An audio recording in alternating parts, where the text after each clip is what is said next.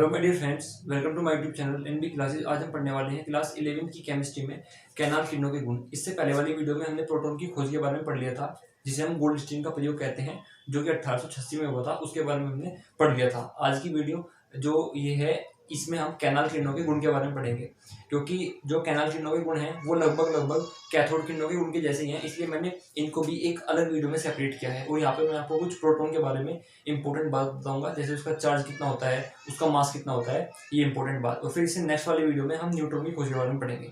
आइए स्टार्ट करते हैं। तो कैनाल किरणों के गुण आज का टॉपिक है। देखिए, जो किरणें हमारी ऋण प्लेट से निकलती हैं, माइनस वाली प्लेट से निकलती हैं, उनको हम बोलते हैं कैथोड किरणें या ऋण किरणें। और जो पॉजिटिव प्लेट से निकलती हैं, उनको हम बोलते हैं कैनाल किरणें या धन किरणें या एनोड किरणें।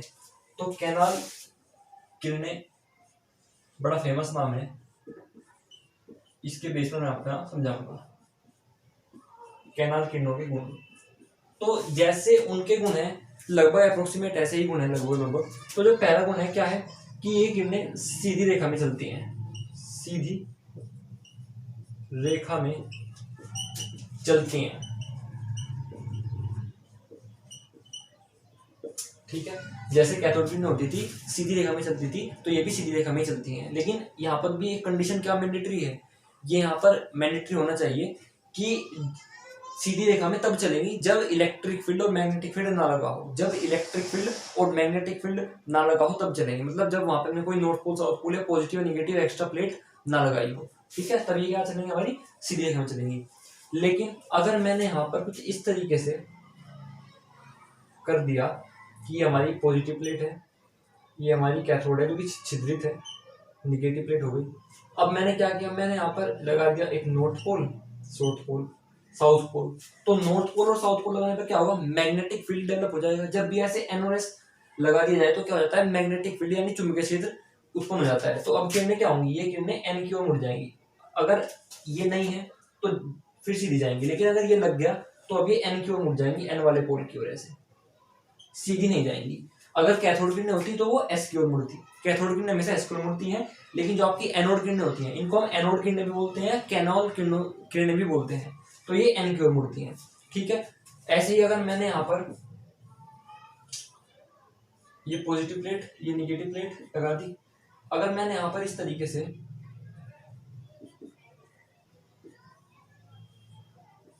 ये यहाँ पर माइनस और ये यहाँ पर प्लस, अगर मैंने यहाँ पर माइनस प्लस की दो एक्स्ट्रा प्लेट लगा दी तो क्या हो गया, इलेक्ट्रिक फील्ड डेवलप हो गया। अगर हम एन और एस लगाते हैं तो मैग्नेटिक फील्ड डेवलप होता है, और अगर प्लस माइनस लगाते हैं तो इलेक्ट्रिक फील्ड डेवलप होता है। तो इलेक्ट्रिक फील्ड में क्या होगी, ये प्लस वाली किरण है तो प्लस किसकी हो जाता है, माइनस की हो जाता है। तो यहाँ पर ये माइनस की ओर मुड़ जाएंगी ऐसे। अगर कैथोड किरण होती तो वो प्लस की ओर मुड़ती, क्यों, क्योंकि वो तब अपोजिट होता। लेकिन अब ये प्लस है तो प्लस की ओर नहीं जाएंगी, क्योंकि वहां से रिपल हो जाएगी, तो इसलिए प्लस माइनस की ओर ही मुड़ेगा। ठीक है, तो ये हमारा सेकंड पॉइंट हो गया। तो इसको हम इस तरीके से लिख सकते हैं कि चुंबकीय क्षेत्र में ये एन ध्रुव की ओर तथा विद्युत क्षेत्र में ये ऋण प्लेट की ओर, माइनस वाली प्लेट की ओर मुड़ जाती है। ठीक है, थर्ड पॉइंट क्या है, थर्ड पॉइंट इनका ये है कि गति ऋण किरणों से कम होती है। इनकी जो गति होती है वो ऋण किरणों से कम होती है, यानी इनकी जो गति है, जिस गति से चलती हैं, आगे बढ़ती हैं, इनकी जो गति है वो ऋण किरणों से कम होती है। ऋण किरणें मतलब कैथोड किरणें, कैथोड किरणें यानी ऋण किरणें जो हमने पहले वाली वीडियो में पढ़ी थी उनसे कम होती है इनकी गति। क्यों ऐसा क्यों होता है वो मैं आपको आगे बताऊंगा, उसका रीजन मास है, वो मैं आपको आगे बताऊंगा। तो तीन प्रॉपर्टी हो गई, सीधी रेखा में चलती हैं, और ये विचलन वाली, और तीसरी ऋण किरणें इनकी अपेक्षा तेज चलती है, यानी ये कहेंगे इनकी जो गति होती है वो ऋण किरणों से कम होती है। अब थर्ड पॉइंट देखते हैं एक बार। तो सॉरी, फोर्थ पॉइंट क्या है, फोर्थ पॉइंट ये है, ये सूक्ष्म कणों से बनती हैं।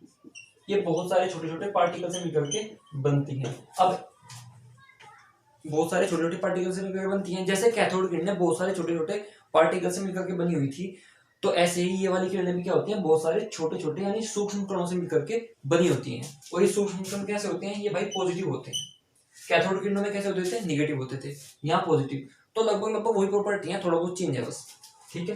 फिफ्थ प्रॉपर्टी क्या है? फिफ्थ प्रॉपर्टी ये है कि अगर हम ऐसे यहाँ पर छिद्रित कैथोड लगा दें, यहाँ पर एनोड लगा दें, और रास्ते में इस तरीके से माइका रिंग मतलब भारीन पहिया जिसमें लगभग मास 0 हो, वो रख दें, तो जब ये एनोड किरण यहाँ से चलेंगी तो ये रोटेट कर जाएगा, घूम जाएगा। तो यानी ये मार्ग में रख के भारीन पहिए को या माइका रिंग को घुमा सकती है, ठीक है। तो ये आपकी फिफ्थ प्रॉपर्टी हो गई। तो 5 प्रॉपर्टी हो गई है, यही इसमें इंपॉर्टेंट थी। अब मैं आपको बताऊंगा कि ये जो किरणें होती हैं किन से मिलकर के बनी होती हैं। मैंने आपको बताया कि किरणें बहुत ही छोटे छोटे पार्टिकल से मिलकर के बनी होती हैं। अब उन पार्टिकल को क्या कहा? उन पार्टिकल को वैज्ञानिकों ने क्या कहा? उन पार्टिकल को वैज्ञानिकों ने कह दिया प्रोटॉन। बस यहीं से प्रोटॉन नाम पड़ गया। जो किरणें होती हैं, ये एनोड किरणें बहुत ही छोटे छोटे पार्टिकल से मिलकर के बनी होती हैं। उन पार्टिकल को क्या कहा गया? उन पार्टिकल को प्रोटॉन का नाम दिया गया।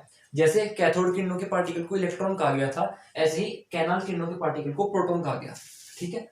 और प्रोटॉन जो होता है, प्रोटॉन का जो चार्ज होता है, चार्ज वो कितना होता है? वो होता है 1.6 इंटू 10⁻⁻19 कूलम प्लस का, ठीक है। बस जो आपका इलेक्ट्रॉन है, इलेक्ट्रॉन पर भी इतना ही चार्ज होता है, लेकिन वो माइनस का होता है। लेकिन प्रोटॉन पर चार्ज तो यही है, लेकिन वो प्लस का है। अब यहाँ प्लस माइनस अमाउंट को नहीं दिखा रहे हैं, प्लस माइनस यहाँ नेचर को दिखा रहे हैं। केमिस्ट्री में अगर हम कहीं चार्ज की बात करते हैं, फिजिक्स में कहीं चार्ज की बात करते हैं, तो प्लस और माइनस का मतलब अमाउंट से नहीं होता। प्लस का मतलब होता है अपोजिट नेचर और माइनस का मतलब अपोजिट नेचर, ठीक है। तो इन पर चार्ज प्लस का इतना होता है, और अगर कोई इलेक्ट्रॉन पर पूछे तो इलेक्ट्रॉन पर होता है भाई माइनस का इतना, ठीक है। ये सी जो है चार्ज को मेजर करने की यूनिट है, इसको हम कूलम बोलते हैं। और इनका जो मास होता है, मास कितना होता है? इनका मास होता है 1.67 इंटू 10⁻⁻27 किलोग्राम। ये इनका मास होता है। आगे भी यहाँ कुछ नंबर आता है, लेकिन फिलहाल यहाँ तक का ही जरूरी है। 1.67 इंटू 10⁻⁻27 किलोग्राम से इनका मास होता है, ठीक है। अब चार्ज हो गया, मास हो गया। ये प्रोटॉन का चार्ज है, ये इनका मास है। और इलेक्ट्रॉन का मास कितना होता है? मैं आपको पीछे वाली बातें भी याद दिला रहा हूँ। 9.31 इंटू 10⁻⁻31 किलोग्राम। कितना? 9.31 इंटू 10⁻⁻31 किलोग्राम। ये इलेक्ट्रॉन का मास होता है, ये मैंने आपको याद दिला दिया। तो ये प्रोटॉन के बारे में 2 मुख्य प्रॉपर्टी हो गई, और 5 प्रॉपर्टी हमारी कैनाल किरणों की भी हो गई हैं। अब इन कणों को हम क्या कहते हैं? प्रोटॉन कहते हैं। तो यानी हमने प्रोटॉन की खोज कैसे हुई और कैनाल किरणों के गुण, इनको भी स्टडी कर लिया, और ये हमारा टॉपिक यहाँ पर पूरा कंप्लीट होता है। अब इससे नेक्स्ट वाली वीडियो में हम क्या पढ़ने वाले हैं? इससे नेक्स्ट वाली वीडियो में हम पढ़ेंगे न्यूट्रॉन की खोज के बारे में। और एक बात आप लोगों की अभी रह गई है, मैंने आपसे कहा था कि जो कैनाल किरणें होती हैं, इनकी गति ऋण किरणों यानी कैथोड किरणों से कम होती है, क्यों? आइए देखते हैं एक बार।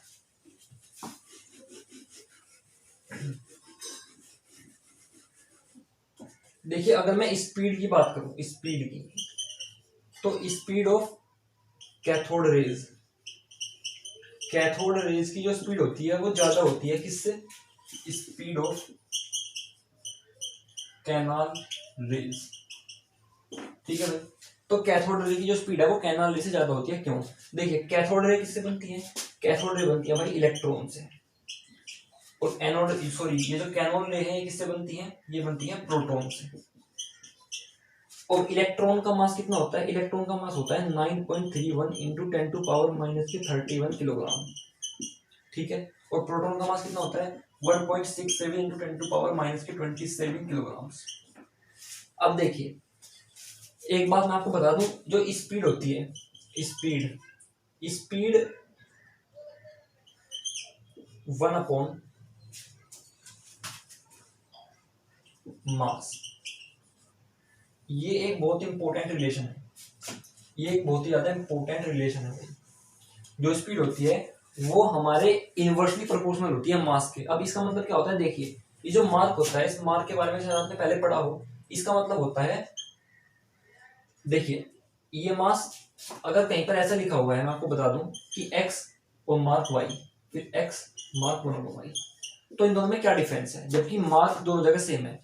देखिए, इसको बोलेंगे हम लोग x proportional y, x proportional to Y, और इसको हम बोलेंगे X inversely proportional to Y.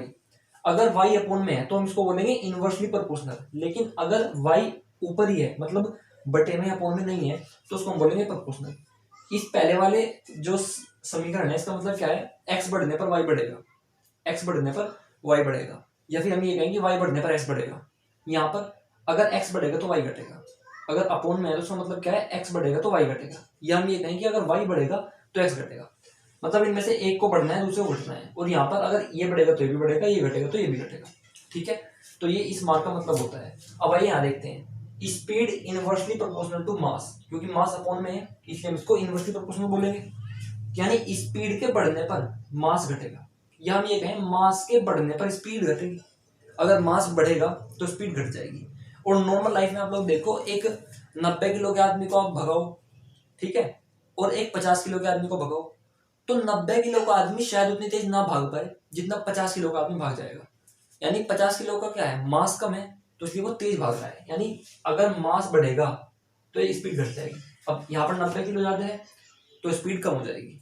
Same यहाँ, अब इसका मास ये है और इसका मास ये है, ठीक बात है, तो ये वाला मास ज्यादा है, ये वाला मास क्या ज्यादा है, देखिए ये जो जिस तरफ को उसका ऐसे मुंह खुला होता है वो ज्यादा होती है क्वांटिटी, और जिस तरफ का ऐसे मुंह बंद होता है ये वाली, ये कम होती है। तो अब यहाँ पर जो इस मास का जो मुंह खुला हुआ है प्रोटॉन की तरफ खुला हुआ है, यानी प्रोटॉन का मास ज्यादा है इलेक्ट्रॉन के मास से, यानी प्रोटॉन का मास क्या ज्यादा है। अब प्रोटॉन का मास ज्यादा हो गया यानी स्पीड घट जाएगी, और इलेक्ट्रॉन का मास कम है यानी स्पीड बढ़ जाएगी, यानी यहाँ पर मास ज्यादा है तो यहाँ पर जो स्पीड होगी हमारी वो ऑटोमेटिकली कम होगी, ठीक है, वो कम होगी, और यहाँ पर मास कम है इसलिए स्पीड ऑटोमेटिकली ज्यादा होगी। तो ये बात है, आप इसको समझ गए होंगे। बस इतना समझिए, अगर स्पीड कब ज्यादा होती है, जब मास कम होता है, और स्पीड कब कम होती है, जब मास ज्यादा होता है। ठीक है, तो इलेक्ट्रॉन का मास आप देखिए कम है प्रोटॉन के मास से, यानी इलेक्ट्रॉन में की जो गति होगी वो ज्यादा होगी, स्पीड ज्यादा होगी किससे, प्रोटॉन से, सिंपल। तो ये वो रीजन है कि कैनाल किरणों की जो गति होती है, कैनाल किरणों की जो स्पीड होती है हमारी, वो कम होती है कैथोड किरणों की अपेक्षा। मिलते हैं आपसे नेक्स्ट वीडियो में, वहां पर हम लोग न्यूट्रॉन की खोज के बारे में पढ़ेंगे, और चैनल को जितना हो सके लाइक सब्सक्राइब और शेयर जरूर करें, और अपने दोस्तों से करवाएं ताकि उसमें उनका भी बेनिफिट हो। और ये चैप्टर भी लगभग जल्दी हम पूरा कर लेंगे। इसके हमारी इलेक्ट्रॉन की खोज, प्रोटॉन की खोज तो कंप्लीट हो चुकी है, और डाल्टन की एटॉमिक थ्योरी भी हो चुकी है पूरी, और अब हम न्यूट्रॉन की खोज की तरफ बढ़ेंगे। फिर आगे आगे हमारा मॉडर्न एटॉमिक थ्योरी आएगी अब इसी चैप्टर में, उसको पढ़ने के बाद फिर मैं आपका नेक्स्ट चैप्टर शुरू कर दूंगा, तत्वों का आवर्ती वर्गीकरण, उसमें हमें पीरियोडिक टेबल को पढ़ना पड़ता है। मिलते हैं आपसे नेक्स्ट वीडियो में, धन्यवाद।